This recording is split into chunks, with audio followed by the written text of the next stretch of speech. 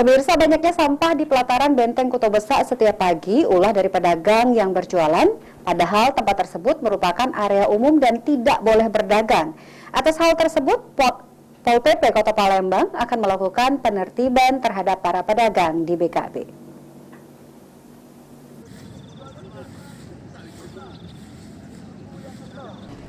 Mengetahui banyaknya sampah yang berserakan di pelataran Benteng Kuto Besak pada subuh hari yang disebabkan oleh para pedagang, Satuan Polisi Pamong Praja Kota Palembang akan melakukan patroli dan menertibkan pedagang yang masih nekat berjualan di pelataran Benteng Kuto Besak Palembang.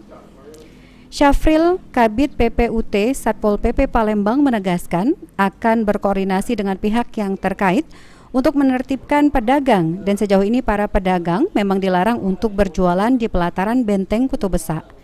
Dirinya mengharapkan agar para pedagang mematuhi peraturan yang berlaku untuk tidak berjualan di pelataran Benteng Kuto Besak.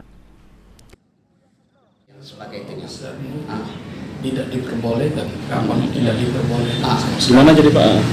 Ya, nanti kami akan koordinasi dengan pimpinan Bapak Kepala Satuan Polisi Pamong Praja Kota Palembang terhadap laporan masyarakat tersebut, dan tentu saja kami dalam waktu dekat ini akan menindaklanjutinya. Oke, sejauh ini boleh atau tidak Pak? Ini Pak yang ditanyakan tuh untuk pedagang berjualan di pelataran itu kan? Kalau di pelataran belum. Ya. Tidak boleh jadi Pak? Ya, belum boleh, iya kan kalau ini. Cuman tidak tahu apakah sudah ada perintah kan? Sebab kebetulan belum ada istilahnya itu perintah kepada kita.